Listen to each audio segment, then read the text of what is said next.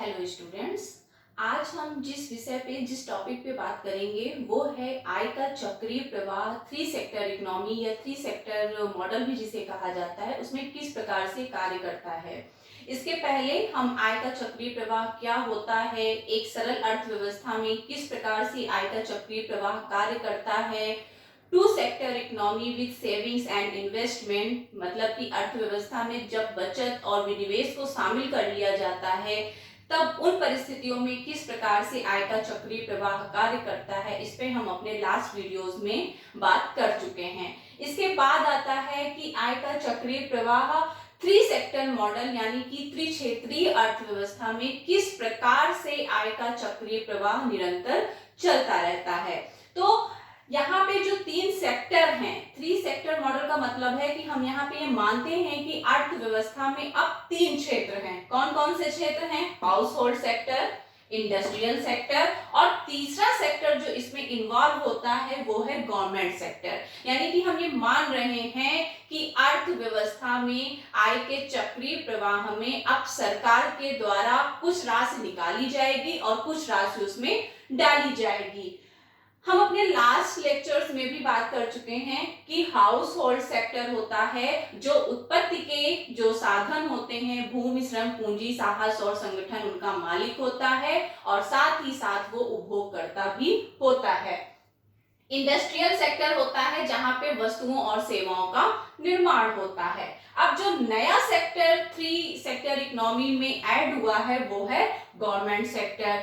Government sector का मतलब हुआ कि जो सरकार है किस प्रकार से आय के चक्रीय प्रवाह को प्रभावित कर रही है। तो इसको समझने के लिए हमें पहले जो सरकार के क्रियाकलाप हैं, जो उसकी एक्टिविटीज हैं, पहले उसको समझना होगा। जो सरकार की एक्टिविटीज हैं उसमें दो प्रमुख होती हैं। एक कि सरकार किस प्रकार से टैक्सेशन कर रही है और किस प्रकार से टैक्सेशन के द्वारा अपना आय अर्जन कर रही है।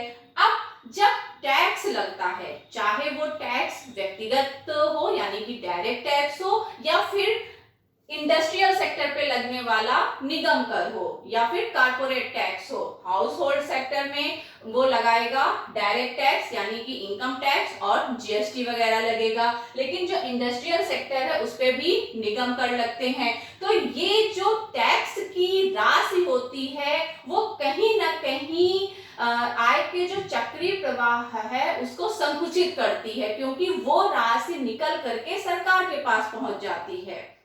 तो हम पहले तो ऐसे डिफाइन कर सकते हैं कि जो गवर्नमेंट होती है, गवर्नमेंट दो तरीके से वर्क करती है। गवर्नमेंट एक तो होगा गवर्नमेंट एक्टिविटीज आप कर सकते हो, दो चीजें होती हैं। एक होता है कि सरकार का जो राजस्व है यानी कि रिवेन्यू, और जो रिवेन्यू है उसका जो मेन पार्ट होता है वो टैक्स है जिसको यहाँ पे हमने ऐड किया है।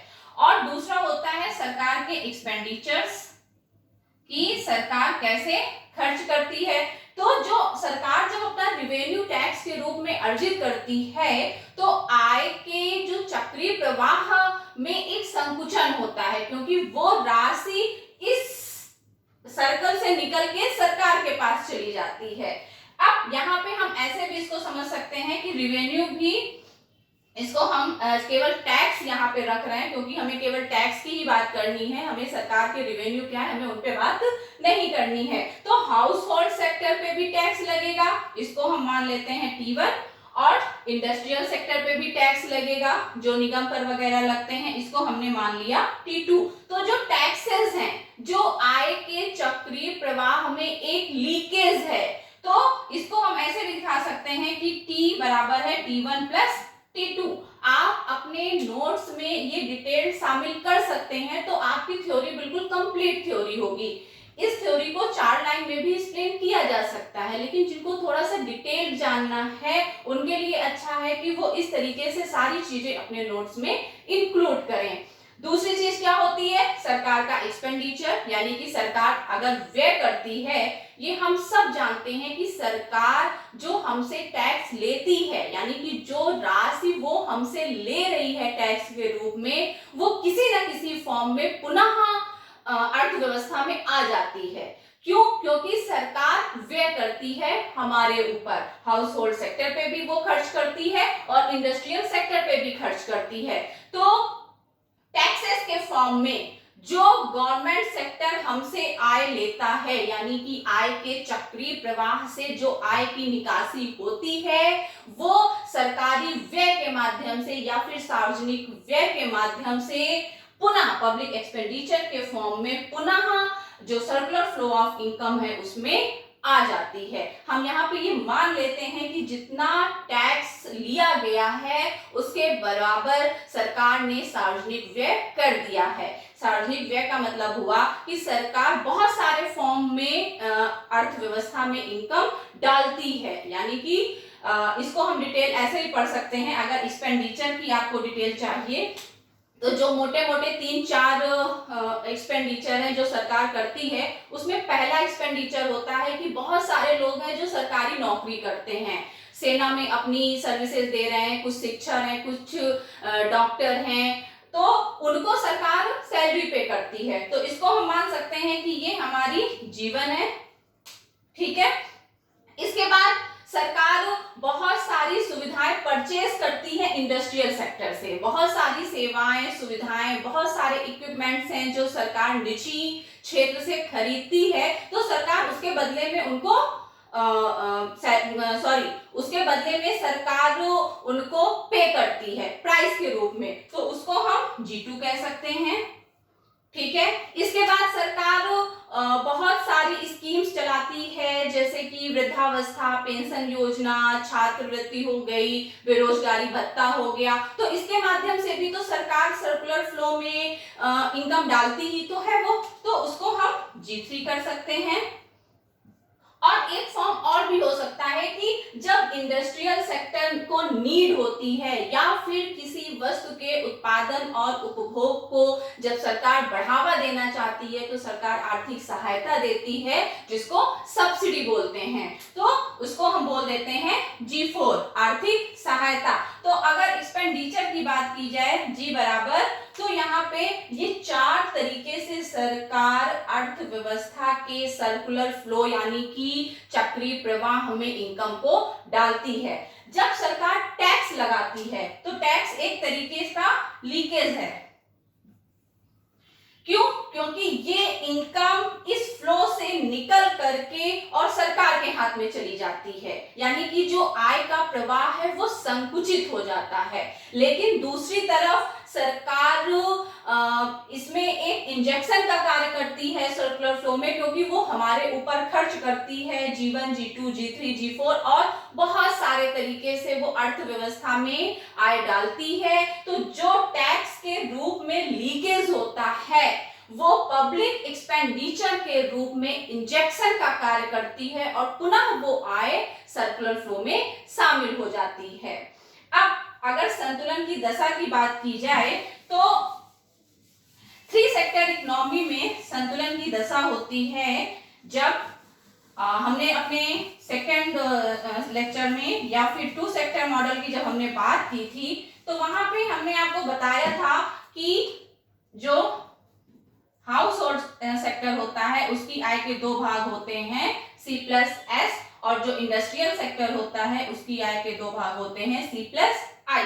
यहाँ पे बस T जुड़ जाएगा क्योंकि house hold sector main taxes का भुगतान करता है, और यहाँ पे हम जोड़ देंगे उस गवर्नमेंट एक्सपेंडिचर को जो सरकार व्यय के रूप में करती है। अब जो संतुलन की शर्त होगी साम्य की दशा में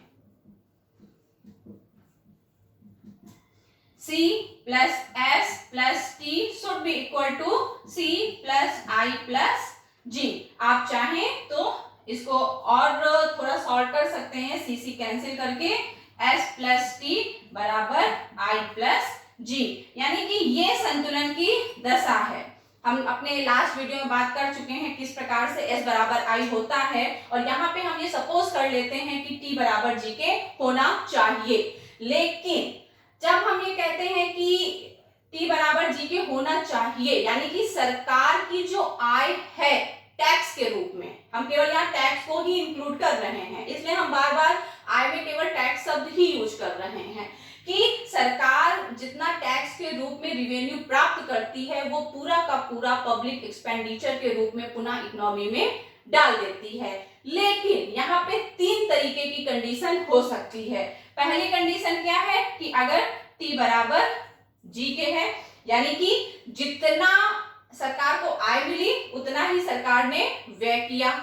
तो अगर सरकार बजट बनाती है और उसकी आय और व्यय बराबर हैं, तो इसका मतलब है वो होगा आपका संतुलित बजट। इसको आप अपने घर के बजट से भी कंपेयर कर सकते हैं। अगर एक व्यक्ति जितना कमा रहा है पूरा का पूरा वो खर्च कर रहा है तो वो संतुलित बजट ही होगा, जितना कमाया उतना ही खर्च किया। लेकिन 2 कंडीशंस और भी हो सकती हैं। If T is greater than G, यानी कि सरकार को आय ज्यादा प्राप्त हो रही है लेकिन जो उसके एक्सपेंडिचर हैं वो कम हो रहे हैं। अब अगर किसी व्यक्ति की आय ज्यादा है और वो खर्च कम कर रहा है तो वो बचत कर रहा है, यानी कि यहाँ पे जो बजट होगा वो बचत का बजट होगा। बचत का बजट या फिर इसको आधिक्य का बजट भी बोलते हैं। अब जो आधिक्य का बजट होगा तो इसका मतलब है कि सरकार को जितनी रिवेन्यू मिली उससे कम सरकार ने खर्च किया और सरकार ने बचत की। लेकिन सरकार ये बचत कहीं रखती नहीं है, बल्कि वो जो बचतें होती हैं सरकार की वो कैपिटल मार्केट के थ्रू पुनः इन्वेस्ट हो जाती हैं और वो सर्कुलर फ्लो में आ जाती हैं। लेकिन अगर यहाँ पे T is greater than G इसका पालन सरकार करती है तो कहीं ना कहीं जो सर्कुलर फ्लो है वो कहीं ना कहीं संकुचित होगा, यानी कि आय कम होगी। ठीक है, वो एक अलग एस्पेक्ट है कि सरकार बचतों को रखती नहीं है बल्कि वो कैपिटल मार्केट के थ्रू पुनः इकोनॉमी में वो बचतें आ जाती हैं। और तीसरी कंडीशन होती है if T is lesser than G या फिर G is greater than T, यानी कि जो सरकार के व्यय हैं वो ज्यादा हैं और जो सरकार की आय है वो कम है। तो जाहिर सी बात है अगर आय कम है व्यय ज्यादा है तो ये घाटे का बजट होगा। अगर घाटे का बजट सरकार बना रही है तो क्या होगा, सरकार कहीं ना कहीं से नए ऋण लेगी, यानी कि जो उसके ज्यादा व्यय हैं उनको वो कंपेंसेट करेगी। नई मुद्रा ला करके भी वो कंपेंसेट कर सकता है। तो जो इकोनॉमी में फ्लो है इनकम का वो बढ़ेगा और ये अर्थव्यवस्था के लिए एक अच्छी बात होती है। शायद यही कारण है कि जो विकासशील अर्थव्यवस्थाएं होती हैं, जो भी पूरी तरीके से विकसित नहीं हैं, जो विकास के लिए अभी प्रयत्नशील हैं, जैसे कि भारत की इकोनॉमी, भारत एक विकासशील देश है, तो वहां पे जो भी बजट बनता है वो घाटे का बजट ही होता है। क्योंकि जब घाटे का बजट बनता है तो सरकार विभिन्न माध्यमों से ऋण लेती है, कंपेंसेट करती है अपने एक्सपेंडिचर को और ज्यादा से ज्यादा मुद्रा इकोनॉमी में आती है। और ये एक सिंपल इकोनॉमिक्स है कि जितनी ज्यादा मुद्रा लोगों के पास होगी उनकी परचेजिंग पावर उतनी ज्यादा होगी, उतनी ज्यादा डिमांड होगी, उतना ज्यादा प्रोडक्शन होगा और ये इकोनॉमी को विकास की ओर ले जाते हैं। तो ये 3 कंडीशंस ये आप अपने नोट्स में जरूर शामिल करिएगा। एक बार हम अपने डायग्राम को भी एक बार फिर से समझ लेते हैं। ये इतना डायग्राम तो आपका 2 सेक्टर इकोनॉमी का ही है। हमने केवल एक नया सेक्टर जोड़ा है, दैट इज गवर्नमेंट सेक्टर। और इस एरो से हमने ये दिखा दिया है कि हाउस होल्ड सेक्टर टैक्स के रूप में जो इनकम सरकार को देती है ये एक लीकेज है, ठीक है। लेकिन गवर्नमेंट सेक्टर पब्लिक एक्सपेंडिचर भी करती है, यानी कि सार्वजनिक व्यय भी करती है। विभिन्न तरीके से सरकार इकोनॉमी में पैसा डालती है, वो शिक्षा पे खर्च करती है, वो स्वास्थ्य पे खर्च करती है, वो सड़कें बनवाती है। बहुत बड़ा बजट होता है सरकार, विभिन्न सेक्टर्स पे सरकार खर्चा करती है, जिसकी अभी हमने बात G1, G2, G3 और G4 पे की भी है। तो जो लीकेज टैक्स के रूप में होता है वो पब्लिक एक्सपेंडिचर के रूप में पुनः इंजेक्शन सर्कुलर फ्लो में लगता है और इस प्रकार अर्थव्यवस्था का जो त्रिक्षेत्रीय मॉडल है अर्थव्यवस्था में, जिसमें house hold sector, government sector और इंडस्ट्रियल सेक्टर इन्वॉल्व है, इन तीनों के बीच में आय का चक्रीय प्रवाह चलता रहता है। आपको बस इसमें 2-3 बातें याद रखनी है। ये एक डायग्राम आपको ध्यान रखना है और इस डायग्राम को आप बहुत तरीके से ड्रा कर सकते हैं। आप जब बुक्स में देखेंगे तो आपको बहुत तरीके के डायग्राम मिलेंगे।